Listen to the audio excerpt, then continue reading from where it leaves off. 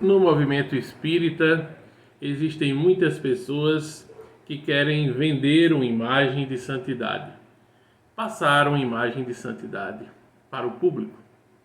Isso a gente vê comumente em centros espíritas que promovem o atendimento de cestas básicas às populações carentes. É um atendimento louvável, sem dúvida alguma. Entretanto, a gente vê que grande parte desses centros, dessas instituições, filmam, divulgam isso online, né? Mostram online a entrega de cestas básicas, transmissões ao vivo, gravações variadas, fotos e vídeos mostrando a entrega desses produtos. Bem, se a instituição quiser fazer o registro desse material, é válido para um registro interno, para prestação de contas, até porque essas cestas básicas também são doadas por participantes do centro para entregar às populações mais carentes. Então, que seja gravado para um registro interno, para uma comprovação das atividades, para uma prestação de contas.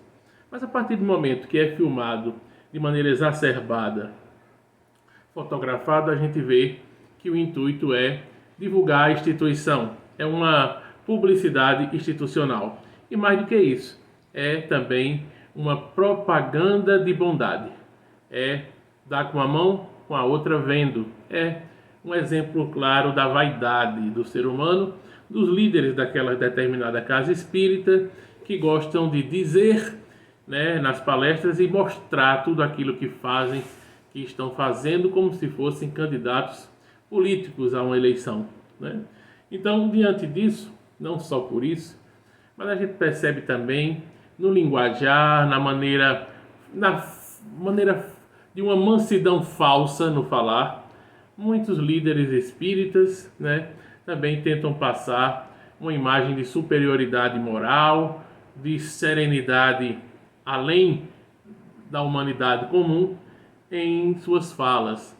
As oradoras, os oradores, com aquela fala mansa, meu irmãozinho, minha irmãzinha, paz e bem, muita paz, e aquela conversa toda, né?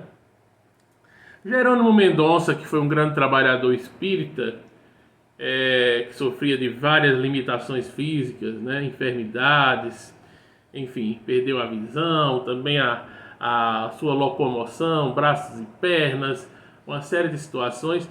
Ele costumava dizer no final de suas palestras, em vez de dizer muita paz, ele dizia muita pá, irmãos, porque é muito trabalho, né? O mais importante, sem dúvida, é o trabalho, é muita pá.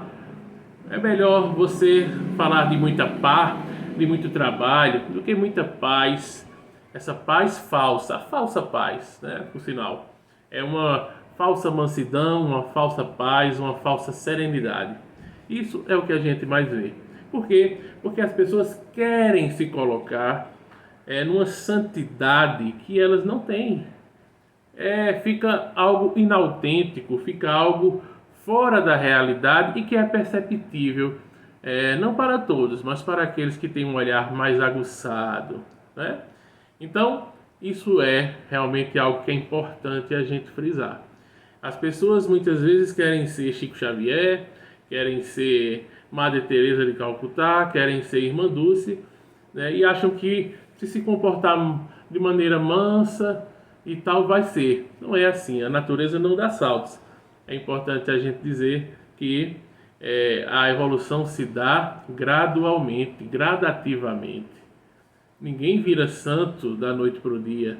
Aliás, até mesmo aqueles que são chamados de santo pela Igreja Católica, né, eu entendo que são realmente espíritos muito bondosos, elevados, mas que também não atingiram a perfeição na Terra, porque a perfeição não é desse mundo.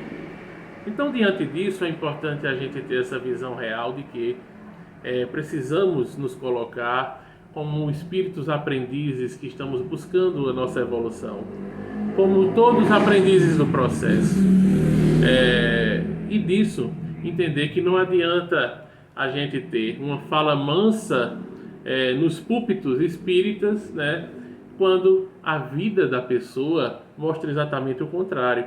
as práticas das pessoas mostram exatamente o contrário. As pessoas adoram um elitismo social, as pessoas adoram viver na alta sociedade e ganhando muito dinheiro e humilhando os pobres e rebaixando os pobres e desdenhando da inteligência de pessoas por serem mais pobres, não é? Então, achando que o pobre é para ficar lá no lugar dele, para receber a cesta básica dele, agradecer e posar para a foto, posar para o vídeo, né? Infelizmente, a gente tem uma burguesia, uma elite econômica ainda no Brasil que gosta do pobre para tirar foto com ele, para se aproveitar daquela foto.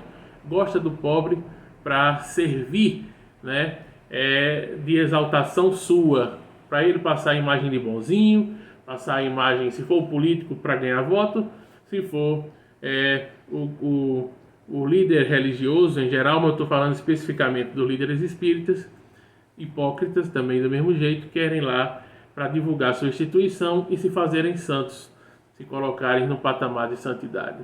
Infelizmente, o senso comum, grande parte das pessoas, da população, acaba engolindo essa situação, acaba imaginando que aquelas pessoas são pessoas extremamente bondosas, iluminadas, seres realmente assim totalmente diferenciados, e caem nessa. E essa imagem é vendida com muito sucesso, a gente vê nos Instagrams, nos Facebooks, o que tem de gente exaltando, batendo palma, batendo palminha, etc.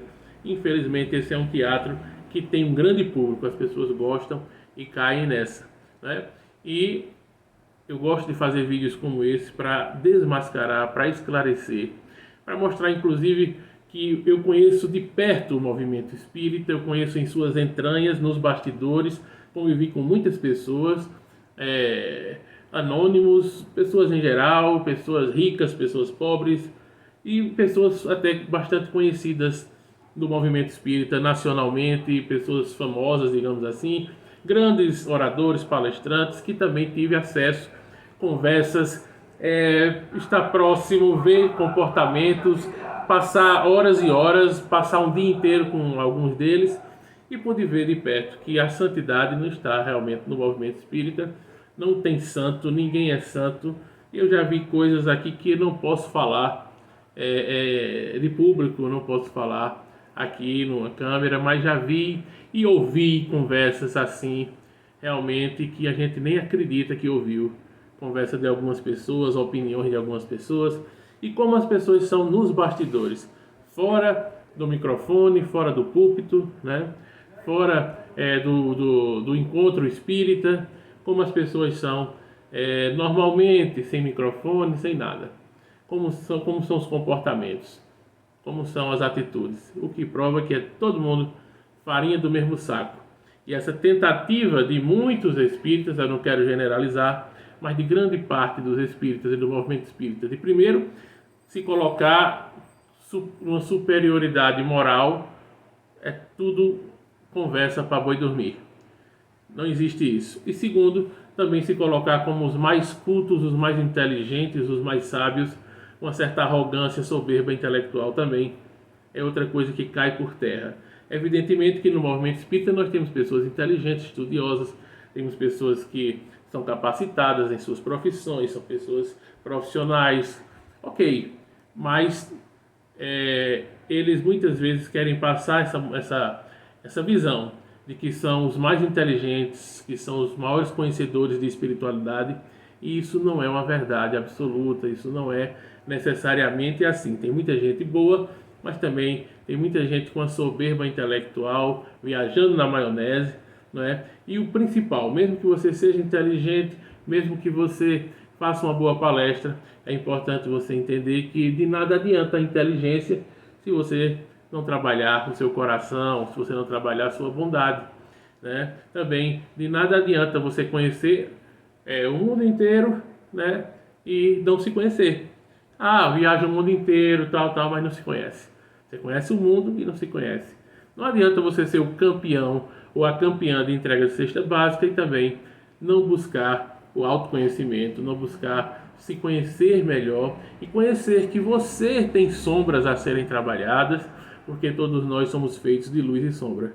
Então é muito importante a gente entender isso, captar isso. Porque senão a gente vai ficar sempre se enganando e enganando a todos. O movimento espírita brasileiro, ele é fino nisso. As mesmas palestras de sempre, os mesmos oradores de sempre, os mesmos temas de sempre, geralmente carregados de um evangelismo exacerbado, de um religiosismo exacerbado, de palestras cansativas, enfadonhas, repetitivas, tentando mostrar falsa santidade, tentando mostrar falsa mansidão, falsa superioridade moral e intelectual.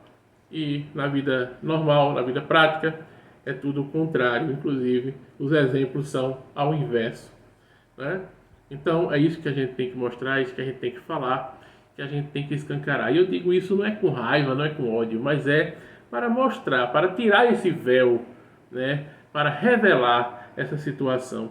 Que, inclusive, muitos outros palestrantes, muitas outras pessoas hoje em dia adquiriram essa visão, né, maior sobre o próprio proceder do movimento espírita, a repetição de dogmas, de crenças limitantes, que fizeram e estão fazendo com que grandes oradores, homens e mulheres, grandes pensadores do movimento espírita hoje não estejam mais dentro desse grupinho da FEB e dessa linhagem da FEB, de algumas associações mais conservadoras e religiosas do espiritismo. Você pode observar, eu não vou citar nomes, mas recentemente, por exemplo, eu tive uma conversa com um palestrante de São Paulo, também bastante conhecido, com o qual fizemos um contato, uma amizade, e conversamos sobre isso, né? Hoje em dia também ele se coloca também a parte desse movimento. Se é para ser espírita por esse movimento de religiosismo exacerbado e hipocrisia do Brasil, não.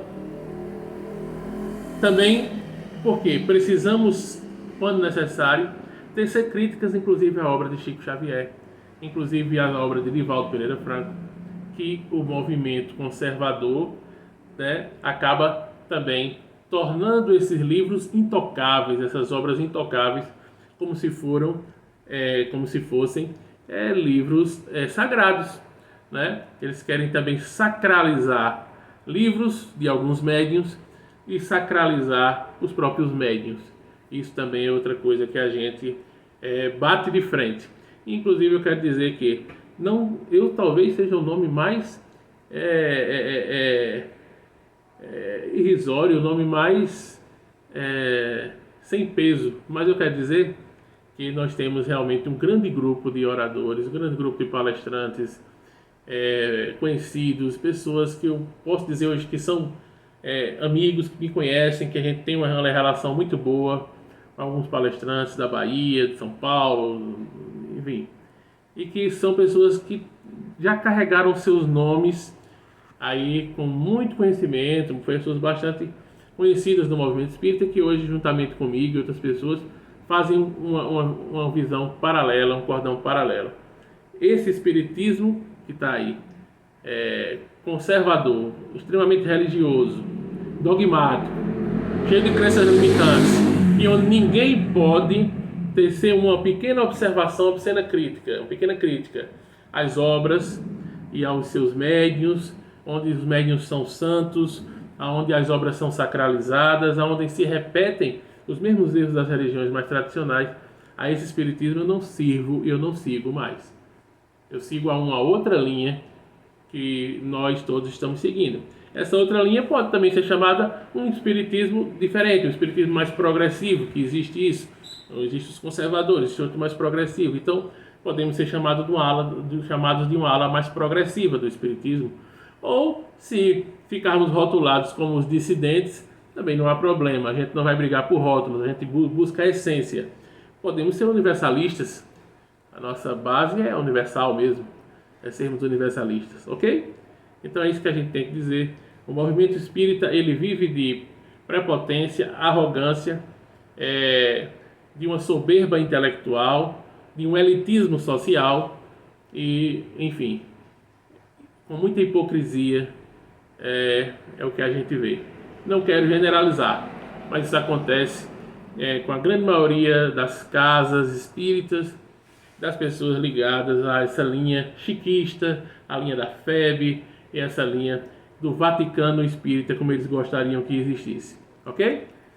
Dada esta crítica, eu quero que você possa estar comigo aí, deixando o seu like, se você gostou, comentando, dando seu feedback. Muita paz a todos.